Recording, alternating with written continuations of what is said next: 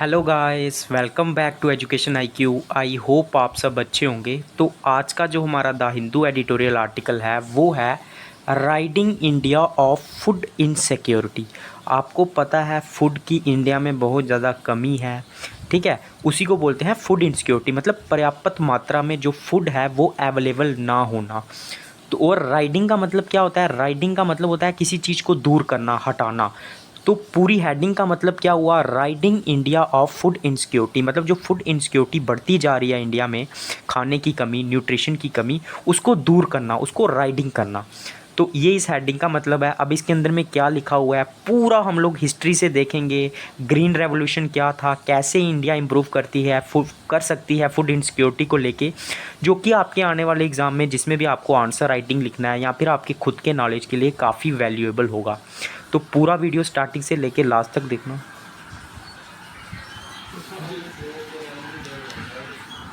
तो स्टार्ट करते हैं आज का the Hindu editorial article without any time waste. तो क्या लिखा हुआ है? India may be the fastest growing large economy of the world, but it is also facing accelerating food price inflation। Inflation का मतलब क्या होता है? महंगाई होना।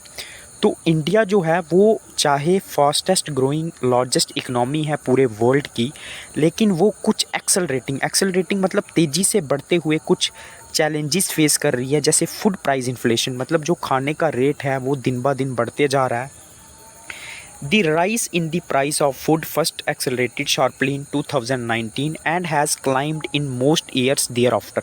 सबसे पहले जो राइज हुआ था फूड प्राइसेस का वो 2019 में हुआ था और उसके बाद ये क्लाइम करता गया और ज़्यादा बढ़ता गया। In July this year, the annual inflation exceeded 11%, the highest in a decade।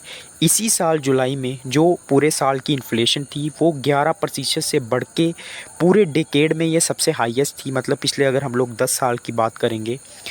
An implication of the continuing high food price inflation is that a section of people could be facing hardship in consuming food of adequate nutrition value। तो implication का मतलब होता है effect. इस चीज़ का effect क्या पड़ रहा है? जो मतलब लगातार फूड प्राइस बढ़ रहे हैं, इन्फ्लेशन बढ़ रही है, कि कुछ सेक्शन है पॉपुलेशन की वो कुछ चैलेंजेस जो हैं हार्डशिप फेस कर रही है फूड लेने के लिए ऑफ एडिक्वेट न्यूट्रिशन वैल्यू, मतलब जिसमें न्यूट्रिशन बड़े हों ऐसा फूड लेने में लोगों को प्रॉब्लम हो रही है, क्योंकि लगातार जो है वो इन्फ्लेशन बढ़ रही है, महंगाई बढ़ रही है। उसके बाद we know we now have some evidence to this effect. और इसके लिए हमारे पास कुछ एविडेंस भी हैं, मतलब कुछ हमारे पास प्रूफ भी हैं जो हमें दिखाते हैं कि लगातार जो है इन्फ्लेशन बढ़ रही है और फूड सिक्योरिटी जो है वो कम हो रही है। The state of food security and nutrition in the World of Food and Agriculture Organization estimates the proportion of population across countries unable to afford a healthy diet reported in this newspaper on August 31, 2023 under a data point।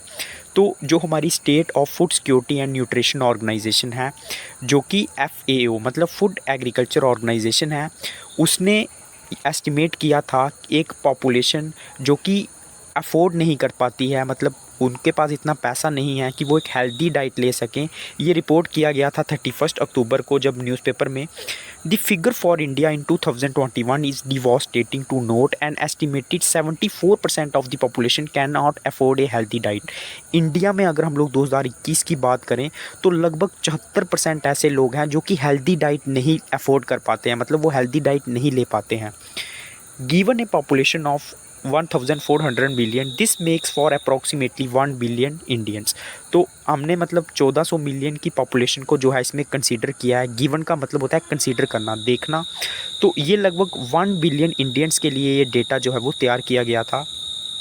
A shrinking ability of household to finance their food requirement is evident also in studies undertaken in India itself। तो ये जो shrinking मतलब कम होना, ability मतलब उनकी क्षमता कम होना house hold की, जो घर हैं, to finance their food requirement, कि वो पैसा भर सके अपने फूड की रिक्वायरमेंट को पूरा करने के लिए, ये एविडेंट है। मतलब ये चीज़ें हमने जो इंडिया में स्टडी हुई हैं उसमें भी ये चीज़ें हमने पाई हैं इन इंडिया इट्सेल्फ। आगे बात करेंगे बाय दिस फाइंडिंग इज़ प्लॉजेबल। प्लॉजेबल का मतलब होता है जो कि काफ़ी इम्पोर्टेंट है, मतलब काफ़ी प्रशंसा करने योग्य है। ये जो हमने रिपोर्ट देखी है अभी, study reported in this daily of the trend in the price of food in Mumbai city over 2018-23 found that while the cost of preparing a thali at home has risen by 65% in this period, the average wage of manual worker rose by 38% and then of salaried worker by 28%. तो एक report हमें जो जिसके बारे में हमने ऊपर में बात की वो हमें ये भी बताती है कि मुंबई सिटी में घर पे एक खाने की थाली बनाने की जो कॉस्ट है वो 65% तक बढ़ गई है और जो मैनुअल वर्कर की जो वेज है उसकी जो सैलरी है वो 38% तक की बढ़ी है, लेकिन खाने की कास्ट जो है वो ज़्यादा बढ़ गई है and that of salaried worker by 28%। उसके बाद this implied reduction in purchasing power is considerable and it would be reasonable to expect that food consumption has been impacted।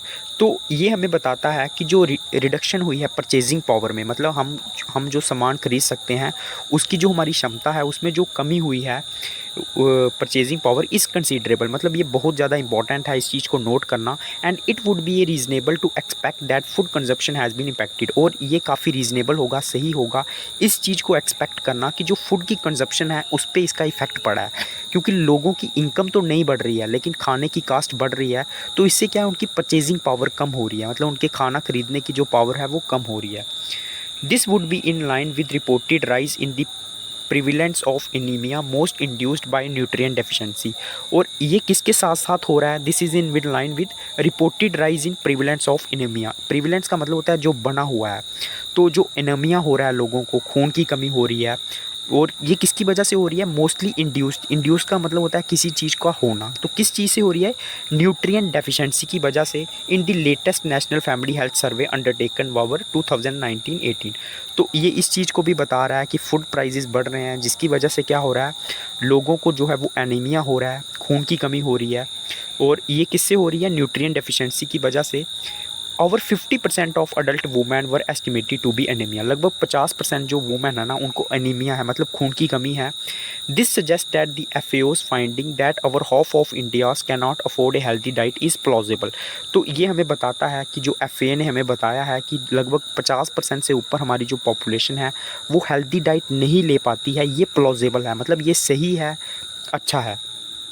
Even if we were to assume that the agency has overestimated numbers by 100%, we would be left with 500 million people in this category। अगर हम ये भी माने कि ये जो agency है जिसने हमें बताया है कि हमारी जो पॉपुलेशन 74% पॉपुलेशन है वो हेल्दी डाइट नहीं ले पाती है, अगर इसने 100% नंबर को बढ़ाया है, मतलब गलत बताया है, तब भी हमारी जो 500 मिलियन पॉपुलेशन है ना वो इस कैटेगरी में आती है जो कि हेल्दी डाइट नहीं ले पाती है। This is larger than population of all the countries of the world other than China. ये सभी कंट्रीज़ की पॉपुलेशन से ज़्यादा है, सिर्फ चाइना को छोड़ दें अगर हम। Ensuring that Indians have access to a healthy diet is the most important task of economic policy today। Ensure करना इंडियंस को कि एक हेल्दी डाइट लेना एक इम्पॉर्टेंट टास्क है इकोनॉमी का, ठीक है। That have ensuring that Indians have access to a healthy diet, मतलब इंश्योर करना कि इंडिया को जो है, इंडिया के जो लोग हैं उनको एक्सेस मिले, मतलब अच्छा खाना मिले, ये एक इम्पॉर्टेंट टास्क है इंडियन इकोनॉमिक पॉलिसी का। Macro economic policy relied upon to control inflation has prove to be useless in this context. जो मैक्रो का मतलब, माइक्रो का मतलब होता है जो इंडिविजुअल इनकम पे बेस हो, मैक्रो का मतलब होता है जो पूरी कंट्री के, पूरी देश की इनकम के ऊपर बेस हो। तो जो मैक्रो इकोनॉमिक पॉलिसी है ना जो कि इन्फ्लेशन को कंट्रोल करने के लिए बनाई जाती हैं वो यूजलेस रही हैं। इस संदर्भ में हम लोग देखेंगे, अगर हम लोग इस कंटेक्स्ट में देखेंगे, the Reserve Bank of India has failed in this task. RBI भी इस चीज़ में फेल हुआ है with the inflation rate mostly higher than the target for 4 years by now, क्योंकि उनका जो इन्फ्लेशन जो है वो काफ़ी ज़्यादा है जो हमने टारगेट सेट किया था पिछले 4 सालों में, तो RBI भी इसमें फेल हुआ है। उसके बाद क्या है? It's approach of contracting output, मतलब आउटपुट को जो है कॉन्ट्रैक्ट करना, कम करना, तो उन जो इसकी अप्रोच है रिजर्व बैंक ऑफ इंडिया की। उसके बाद क्या है? Inflation rate rises, misleading termed inflation targeting does nothing to manage food inflation stemming from the supply side. तो इनके जो प्रयास हैं, ठीक है, मतलब इन्फ्लेशन को कम करना, या फिर इसकी जो मिसलीडिंग जो टर्म्ड है इन्फ्लेशन टारगेटिंग, इसने कुछ भी नहीं किया है। Does nothing to manage food inflation को कम करने में इसने कुछ भी नहीं किया है, जो कि सप्लाई साइड से आती है, मतलब जहाँ से हमारे पास फूड आइटम्स आती हैं वहाँ से ही ये जो है इन्फ्लेशन जो है वो बढ़ रही है। स्टेमिंग का मतलब होता है निकलना। सेंट्रल बैंक्स और incapable of solving this problem. जो सेंट्रल बैंक है वो मतलब इनकैपेबल है, उनके पास कैपेबिलिटी नहीं है कि वो इन प्रॉब्लम्स को सॉल्व कर सकें। It must be said that with in any time frame. तो ये कभी भी हम लोग जो हैं वो कह सकते हैं और कभी भी हमें जो है वो कहना चाहिए। It is necessary to intervene on the supply side to ensure that food is produced at a steady price by raising the yield on land। तो ये हमारे लिए ज़रूरी है। It is necessary to intervene मतलब हस्तक्षेप करना, बोलना सप्लाई साइड के ऊपर, मतलब जहाँ ये फूड आइटम्स बनते हैं उसी पे हमें जो है वो इंटरवेन करना पड़ेगा। इस चीज़ को इंश्योर करने के लिए जो फूड है वो एक स्टडी प्राइस पे मतलब एक ठीक प्राइस पे, कांस्टेंट प्राइस पे प्रोड्यूस हो by raising the yield on land. Yield का मतलब होता है प्रोडक्शन को हमें बढ़ाना होगा, उपज को हमें जो है वो बढ़ाना होगा और ताकि हमारा जो प्राइस है वो स्टडी रहे, मतलब ज़्यादा बढ़े ना। The significance of green revolution. अब हम लोग हिस्टोरिकल ग्रीन रेवोल्यूशन के बारे में बात करेंगे जो 1860 में हुआ था और जो काफ़ी कामयाब रहा था। इसकी पूरी हिस्ट्री के बारे में हम लोग पढ़ेंगे। India has rich experience in this area having engineered A green revolution in the 1960। India का इस एरिया में बहुत ज़्यादा एक्सपीरियंस है और इंडिया जो है काफ़ी माहिर रहा है ग्रीन रेवोल्यूशन में 1960 में। But it is not being tapped. लेकिन टैप्ड का मतलब होता है यूज़ करना। तो लेकिन जो हमने ग्रीन रेवोल्यूशन में जो हमने चीज़ें की थी, अचीव की थी, उसका हम लोग यूज़ नहीं कर रहे हैं। At the same time, reeling under extreme food shortage following two successive drought, the government orchestrated a supply-side response by providing a farmers with high-yielding seeds, cheap credit, and assured prices through procurement। तो उस time पे हम लोग extreme food shortage condition से जूझ रहे थे। पिछले मतलब सक्सेसिव 2 ड्रॉट सीज़न हुए थे, मतलब सूखा पड़ा था और गवर्नमेंट ने क्या किया था, ऑर्केस्ट्रेटेड ए सप्लाई साइड रिस्पांस, मतलब उन्होंने एक सप्लाई साइड की तरफ से हमें रिस्पांस किया था और मतलब जहाँ पे ये चीज़ें बनती हैं by providing farmers with high yielding seeds, मतलब अच्छे जो उपज वाले सीड्स होते हैं वो प्रोवाइड किए गए फार्मर्स को, उनको सस्ते लोन प्रोवाइड किए गए, cheap credit and assured prices through procurement. Procurement का मतलब क्या होता है, गवर्नमेंट ने जो है उनसे अनाज खरीदा, कुछ प्राइजेस तय किए। प्रोक्यूरमेंट प्राइजेस उसको बोलते हैं जिस रेट पे गवर्नमेंट जो है वो फार्मर से माल खरीदती है और फिर उसको मार्केट में बेचती है हार्वेस्टिंग के बाद, मतलब जब फसल कट जाती है उसके बाद गवर्नमेंट जिस प्राइस से माल खरीदती है फार्मर से उसको बोलते हैं प्रोक्यूरमेंट प्राइस। दिस सक्सीडेड स्पेक्टेटरली, मतलब ये काफ़ी कामयाब हुआ। स्पेक्टेटरली मतलब पूरे बहुत ज़्यादा कामयाबी मिली, अच्छा हुआ। Within a few years India was no longer dependent on food imports. और कुछ ही सालों में इंडिया जो डिपेंड करती थी, मतलब बाहर से खाना मंगवाती थी, इंपोर्ट करती थी, उसके ऊपर इंडिया की डिपेंडेंसी बंद हो गई। If there was a single event that aided India's quest to be self-reliant in the high polarized climate of the Cold War, it was this। तो अगर कोई सिंगल इवेंट था जिसने इंडिया को एड किया, मतलब हेल्प किया टू इंडियाज़ क्वेस्ट, इंडिया की जो खोज थी सेल्फ रेलियंट बनने की, मतलब खुद पे डिपेंड होने की, आत्मनिर्भर बनने की, in the high polarised climate of cold war. उस टाइम पे कोल्ड वार चल रहा था, कंट्रीज़ जो थी वो डिवाइड थी, कुछ यूएस के साइड थी, कुछ जो थी वो उसके साइड थी, यूएस और यूएसएसआर के साइड थी। तो उस टाइम पे सिर्फ इसी इवेंट ने जो है वो इंडिया की मदद की थी। Western economist have pointed to the success of the United States mission to land on human on the moon as an example of entrepreneurial state. तो जो वेस्टर्न इकोनॉमिस्ट थे उन्होंने जो सक्सेस यूएस का जो मतलब यूएस जो है सबसे पहले जो मून पे लैंड किया था उसकी सक्सेस को एक एग्जाम्पल बताया था एंटरप्रेन्योरियल स्टेट। एक एंटरप्रेन्योरियल स्टेट की उसको एग्जाम्पल बताया था, मतलब उसको एक बहुत बड़ी सक्सेस के रूप में बताया था। However, to have engineered the Green Revolution in India at a time when it was desperately poor country challenged by having to ensure food security to a staggeringly large number is perhaps more significant। लेकिन उस time पे green revolution में माहिर होना India में, उस time पे जब इंडिया जो है वो डेस्परेटली मतलब काफ़ी ज़्यादा जो थी वो पुअर थी। डेस्परेटली का मतलब होता है बहुत ज़्यादा बेकरार होना, और पुअर थी और काफ़ी चैलेंज फेस कर रही थी फूड सिक्योरिटी को लेके। To a staggering large number is perhaps more significant. तो उस टाइम पे ग्रीन रेवोल्यूशन लाना, अपनी उपज बढ़ाना, ये काफ़ी सिग्निफिकेंट था, अच्छा था। विद हिंट सेट का मतलब होता है अगर हम लोग दिमाग से सोचें या फिर अगर हम लोग समय लेके सोचें, we can see that mistakes were made. कुछ गलतियाँ जो थी वो उस टाइम पर भी हुई थी। Among them the rampant use of chemical fertiliser. Rampant का मतलब होता है अनकंट्रोलेबल, जिस पे कोई कंट्रोल ना हो। सबसे पहली मिस्टेक ये है कि उस टाइम पे अनकंट्रोलेबल हमने केमिकल्स यूज़ किए, fuelled by subsidy, subsidy provide की लोगों को, विच डिग्रेडेड दी सॉइल, जिसकी वजह से हमारी जो सॉइल थी वो काफ़ी ख़राब हो गई। There was also the reliance on procurement prices rather than productivity increase to ensure farmer incomes. तो हम लोग जो है वो काफ़ी ज़्यादा रिलाई हो गए प्रोक्यूरमेंट प्राइजेस पे, मतलब जिस प्राइजेस पे गवर्नमेंट जो है वो आइटम्स खरीद रही थी, फूड आइटम्स खरीद रही थी, उस पर हम लोग काफ़ी डिपेंड हो गए और प्रोडक्टिविटी इंक्रीज़ पे हमने थोड़ा कम ध्यान दिया टू इंश्योर फार्मर इनकम, ताकि फार्मर्स की इनकम जो है वो बनी रहे, विच फ्यूल्ड इन्फ्लेशन, जिसकी वजह से इन्फ्लेशन भी बढ़ी। उसके बाद We also see that the policy was almost exclusively focused on Kerals rather than pulses। हमने ये भी देखा कि उस टाइम पे जो हमारी पॉलिसी थी वो ज़्यादा अनाज पे बेस्ड थी। केरल्स का मतलब होता है अनाज पे, दालों पे कम बेस्ड थी। The main source of protein for most Indian, जो कि काफ़ी अच्छा सोर्स है प्रोटीन का इंडियंस के लिए। However, rather than carping about the errors made in an extraordinary successful economic policy intervention, we should be correcting them now। हमें जो है मतलब जो एरर्स किए थे हमने उनके ऊपर कार्पिंग का मतलब होता है चर्चा करने के बजाय, जो कि एक एक्स्ट्राऑर्डिनरी सक्सेसफुल मिशन रहा था, उसके एरर्स के ऊपर चर्चा करने के बजाय हमें जो है उसके जो मतलब एरर थे उसको करेक्ट करने की कोशिश करनी चाहिए। वो should be correcting them now. हम उसे जो है वो करेक्ट कर रहे हैं इस टाइम पे, हमें जो है वो उसे करेक्ट करना चाहिए। उसके बाद at the same time we should focus on the specific goal of lowering the cost of producing food. इसी टाइम पे हमें फोकस करना चाहिए, हमारी जो कॉस्ट है फूड प्रोडक्शन की उसे हमें कम करना है। The first green revolution had a specific agenda of making India self sufficient on food. जो फर्स्ट ग्रीन रेवोल्यूशन हुआ था 1860 में, उसका एक एजेंडा था कि हमें आत्मनिर्भर बनना है फूड को लेके। In this it succeeded eminently. Eminently मतलब बहुत हद तक हम लोग इसमें सक्सेसफुल रहे and in A remarkable short time, और कुछ ही समय में हमने ये सब चीज़ें अचीव की, but without paying any attention to the cost of producing food. और हमने जो है कोई इस पे ज़्यादा ध्यान भी नहीं दिया कि कितनी हम लोग जो है वो कॉस्ट पे हम लोग फूड प्रोड्यूस कर रहे हैं। For this A second agriculture revolution is needed. और इसी कॉस्ट को कम करने के लिए हमें सेकेंड रेवोल्यूशन की ज़रूरत है। To contain the rising price of food would require action on many fronts. Contain का मतलब होता है रोकना। तो अगर हमें बढ़ते हुए फूड प्राइजेस को रोकना है तो हमें बहुत सारे मोर्चों पे, फ्रंट्स पे, एरियाज़ पे एक्शन लेना होगा।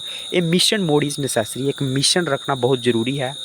As for policy, it is clear that procurement prices, cash transfers, public distribution system and priority lending required of public sector banks are not sufficient। अगर हम लोग पॉलिसीज़ की बात करें तो ये क्लियर है कि जो हम लोग प्रोक्यूरमेंट प्राइजेस लेते हैं, मतलब गवर्नमेंट जिस रेट पे माल ख़रीदती है फार्मर से, या फिर कैश ट्रांसफ़र करना, पब्लिक डिस्ट्रीब्यूशन के सिस्टम के थ्रू लोगों को खाना देना, या फिर priority lending required of public sector banks, मतलब जो प्रायोरिटी रखते हैं बैंक्स की, हम लोग इतना पैसा जो लैंडिंग पे पर्टिकुलर सेक्टर को देंगे, एग्रीकल्चर को देंगे, ये सारी चीज़ें सफिशेंट नहीं है, हमें कुछ और भी करना होगा।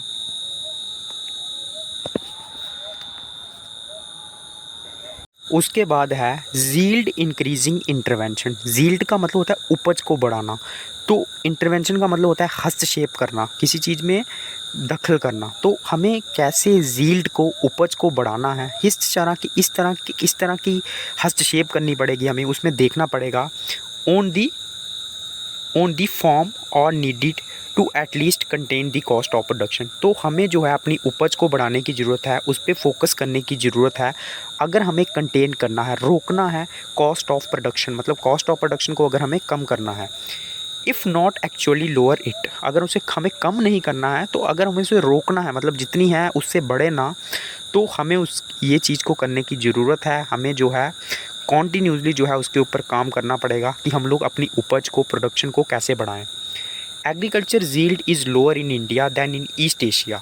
अगर हम लोग ईस्ट एशिया से कंपेयर करें तो एग्रीकल्चर जो उपज है वो इंडिया में कम है, pointing to the potential for an increase. लेकिन अगर हम लोग मतलब ये हमें ये बताता है, इस चीज़ को पॉइंट करता है कि हमारे पास क्षमता है इसे इंक्रीज़ करने की। Attention is needed to extend irrigation to 100% of the net sown area. हमें किस चीज़ पे अटेंशन करने की ज़रूरत है, फोकस करने की ज़रूरत है कि हमारा जो इरीगेशन एरिया है जिसमें हम लोग खेती बाड़ी करते हैं उसे हमें 100% जो है वो इंक्रीज़ करना होगा। And to end restrictions on leasing of land. और हमने जो रोक लगाई हुई है, हम जो लीज़ मतलब पगड़ी होती है ना, जो किराए पे लैंड देते हैं, उस पे हमें जो है जो हमने रिस्ट्रिक्शंस लगाई हैं उसे रोकना होगा। A quickening of agriculture research and the reinstitution of extension. तो एग्रीकल्चर रिसर्च को हमें क्विक करना होगा, जल्दी बढ़ाना होगा और री इंस्टीट्यूशन करना होगा एक्सटेंशन का। इनिशिएटिव्स टू वर्क ऑन, किन इनिशिएटिव्स पे हमें जो है वो काम करने की ज़रूरत है। Expending on each of this proposals would be in order. इन सारे प्रपोजल्स को एक्सपैंड करना, बढ़ाना, ये एक पूरे ऑर्डर में होना चाहिए, एक मतलब पूरे क्रम में होना चाहिए।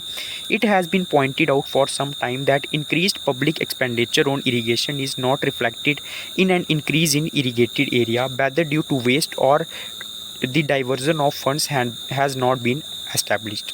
तो it has been pointed out for some time, मतलब कुछ समय के लिए इस चीज़ को पॉइंट आउट किया गया है कि जो पब्लिक एक्सपेंडिचर को हम लोग इंक्रीज़ करते हैं, खर्चा करते हैं इरिगेशन के ऊपर, खेती बाड़ी के ऊपर, इससे हमारा जो इरिगेटेड एरिया है वो बढ़ता नहीं है। मतलब हम जहाँ पे खेती बाड़ी करते हैं वो एरिया हमारा बढ़ता नहीं है। हालांकि हम लोग जो है वो पैसा खर्च करते हैं इरिगेशन के ऊपर, वेदर ड्यू टू वेस्ट, या तो ये वेस्ट की वजह से होता है, ठीक है, और the diversion of funds has not been establish, जहाँ पे जो गवर्नमेंट फंड प्रोवाइड करती है उसको हम लोग एस्टैब्लिश नहीं कर पाते हैं, यूज़ नहीं कर पाते हैं।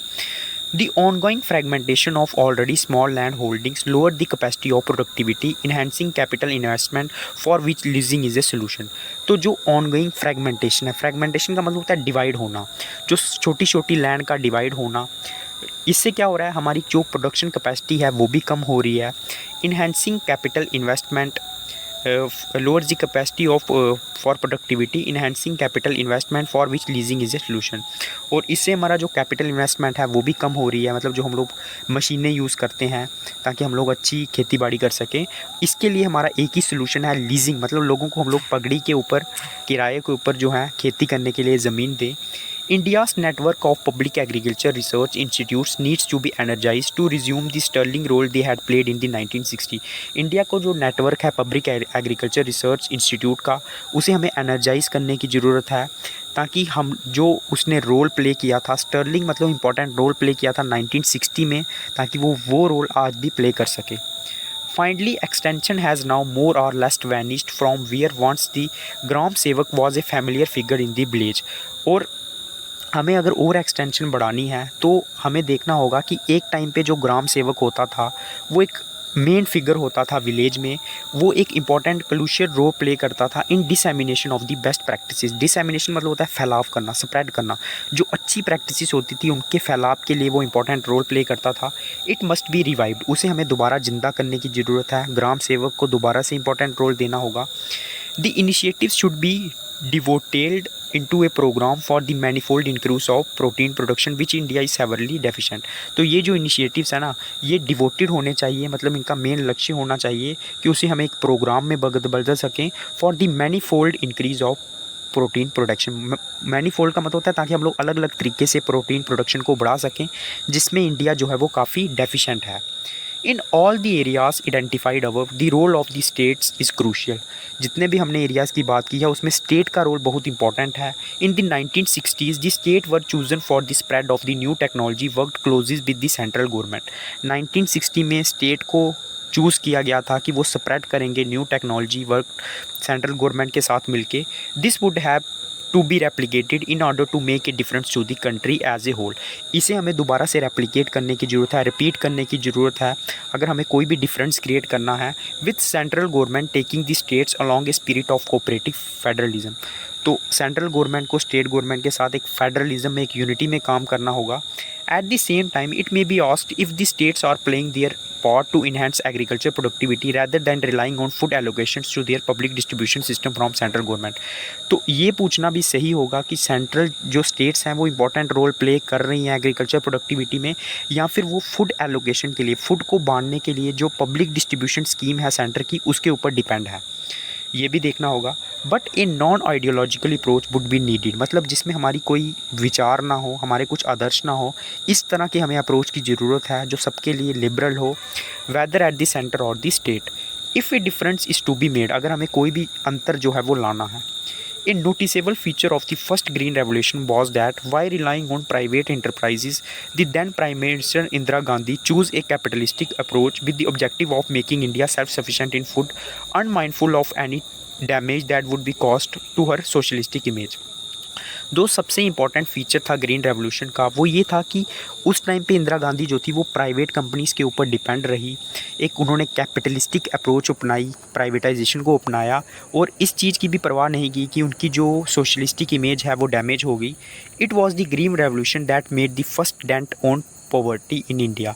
तो ये ग्रीन रेवोल्यूशन ही था जिसने फर्स्ट डेंट मतलब फर्स्ट चेंज लाई पॉवर्टी में इंडिया में पॉवर्टी को लेके, गरीबी को लेके। So the poor did benefit from this strategy, ताकि जो गरीब लोग हैं उनको बेनिफिट मिल सके। Similarly now in order to ensure that all Indians have permanent access to a healthy diet, no approach consistent with the ecological security must be off the table.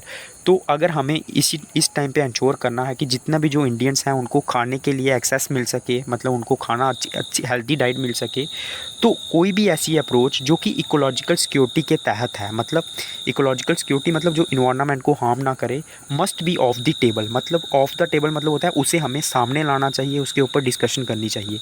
तो ये था आज का the Hindu editorial article. I hope आप सबको अच्छा लगा होगा।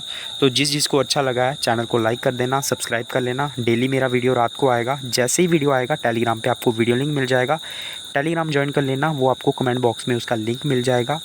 तो ज़्यादा से ज़्यादा शेयर करें टेलीग्राम पे, इंस्टाग्राम पे, व्हाट्सएप पे और मुझे सपोर्ट करें। मेरा नाम है अभिलाष। कल मिलते हैं। जय हिंद।